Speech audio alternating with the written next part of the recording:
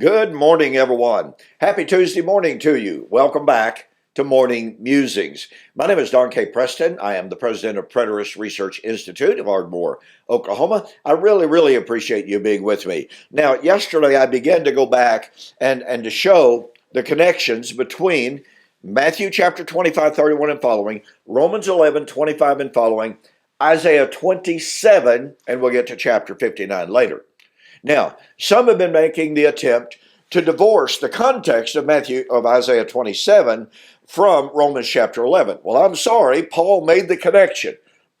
It is a case of metalepsis, in which the New Testament writers quote from the Old Testament, bringing that entire Old Testament context over there. And here's what that means. This is so wonderfully important.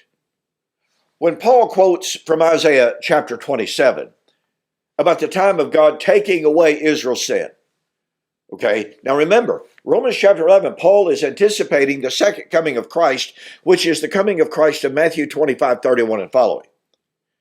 So if it's true, okay, if it is true, based upon the Hebraic hermeneutic, based upon what scholars recognize and that they call metalepsis, once again, to reiterate, when a New Testament writer quotes from an Old Testament prophecy, they're bringing that entire prophetic context over.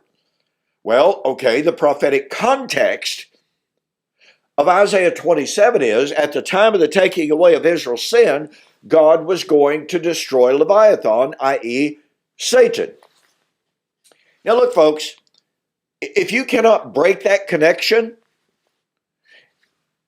if you cannot prove beyond a shadow of a doubt that the time of the taking away of Israel's sin of Isaiah 27, 9 and following is a different time from Isaiah 27 verse 1 and 2, if you can't prove they're different,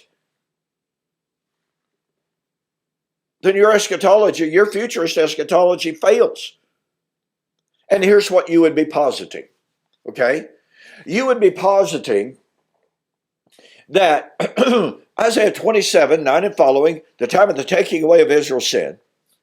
Yeah. Okay, that's a different time than Isaiah 27, verse 1. Isaiah 27, verse 1, that's the time of the destruction of Satan. Well, that's at the end of the millennium. That hasn't happened yet, but the time of the taking away of Israel's sin in Isaiah 27, 9 and following, that would take place at the time of the destruction of Jerusalem. So here in the same identical context, which is a grammatical unity, there are no divisions. There are no separations. There is absolutely no justification for inserting thousands of years between verse 1 and verses 9 and following. That's the worst sort of eisegesis, reading something into the text. So once again, unless you can prove beyond a shadow of a doubt that the time of the destruction of Satan of Isaiah 27 verse 1 is totally radically different from Matthew chapter 25, 31 and following, radically different from Romans 11, 25 and following, then since Paul is quoting from Isaiah 27 in Romans 11, that means he has Isaiah 27 verse 1, the destruction of Satan, in mind. And we know from Romans 16 verse 20, in which he says, and now the God of peace shall crush Satan under your feet shortly. Well, that's Isaiah 27 verse 1. So Paul in Romans is definitely, unequivocally, undeniably drawing from Isaiah 27 twice. Once again, are we supposed to assume, and where's the justification, where's the evidence, are we supposed to assume that Paul is cherry picking? Oh, this verse is end of time. This verse, maybe 80, 70. Oh, wait, it may be, something else. What kind of a theological hodgepodge do we create by taking such positions? I've got to move on. Okay, I've shown you that this destruction of Satan of Isaiah 27, which once again is the time of Matthew 25, 31 and following, is the time of the end of the millennium of Revelation chapter 20, the end of the millennium.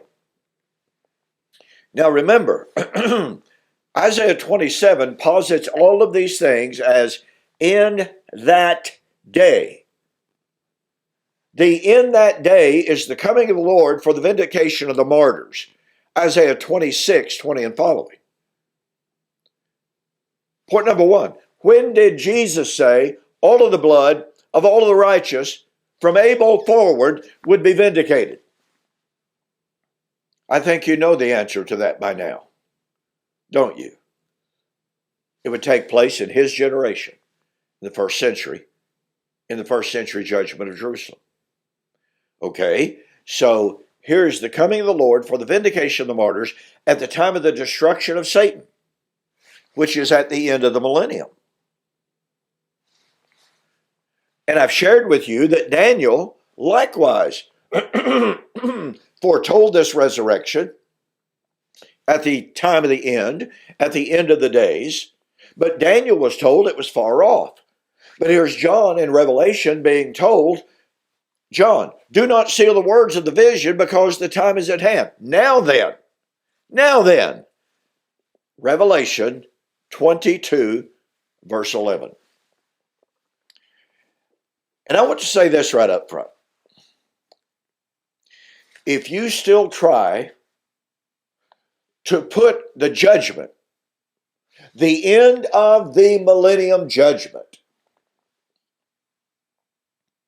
into our future, then you must, of necessity, preach the following message. Are you ready? Revelation 22, verse 11. One of the most ignored verses in all of the book of Revelation. One of the verses that when you read the comments by the commentators, you're going, what did they say? I mean, it is incredible to read the confused and confusing comments of the commentators. What is it that John was told? What is it that Jesus, that the Father, who knew the day and the hour of the coming of the end of the millennium judgment, destruction of Satan? What did the Father tell John to tell the churches to proclaim? Well, number one, do not seal the words of this prophecy. The time has come. And then here's verse 11. Let the unjust be unjust still. Let the wicked remain wicked.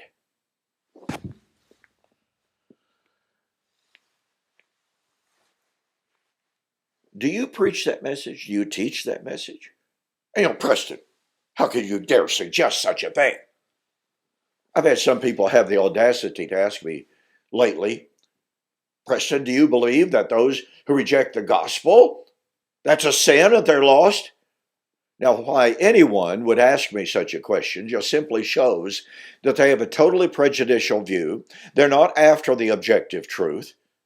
They're trying to be slanderous. Anyone and everyone who has ever read my books knows the answer to that question. This individual knows the answer to that question. I've answered the question time after time after time. So, here's the question to people like that. Since you put the second coming of Christ, for the salvation of Israel, Romans 11, since you put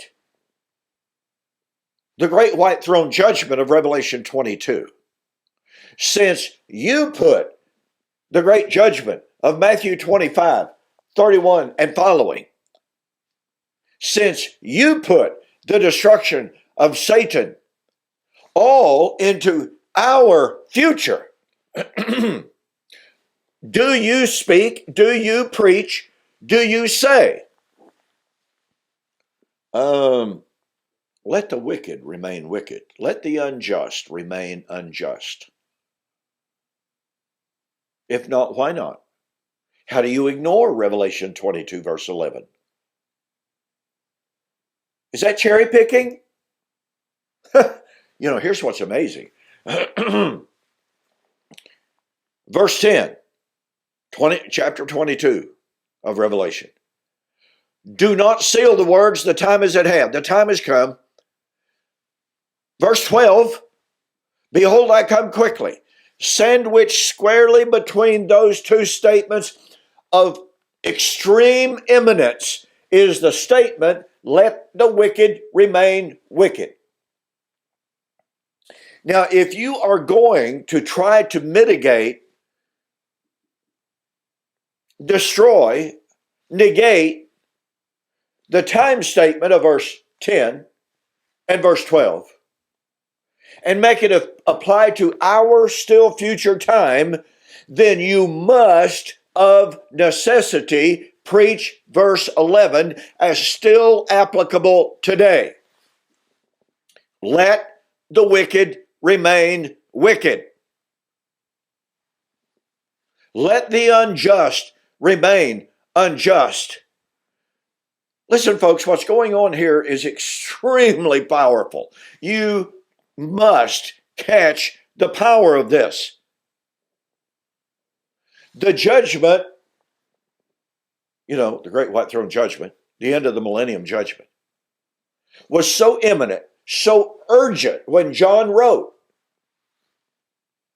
that he was saying that the time for those in this great city Babylon to repent, to avoid judgment, to avoid destruction, that time was almost up. It was basically up. It was time for them to get out of town. Revelation 18:4. Come out of her, my people, lest you partake of the plagues that are coming. First, you got to deal with Revelation 22:11. You cannot ignore it.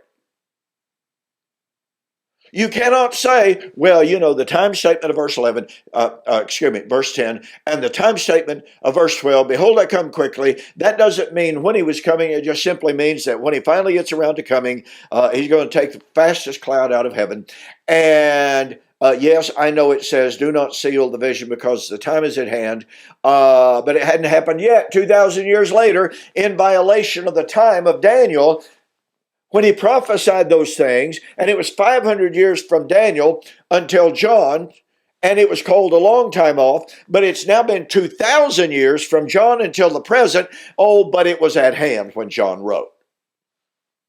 Do you see what kind of nonsense that is? And you'll just have to excuse me for being so blunt. I'm sorry. It's just the fact. You can't negate the time statements without thereby imposing the language of verse 11. Let the unjust remain unjust.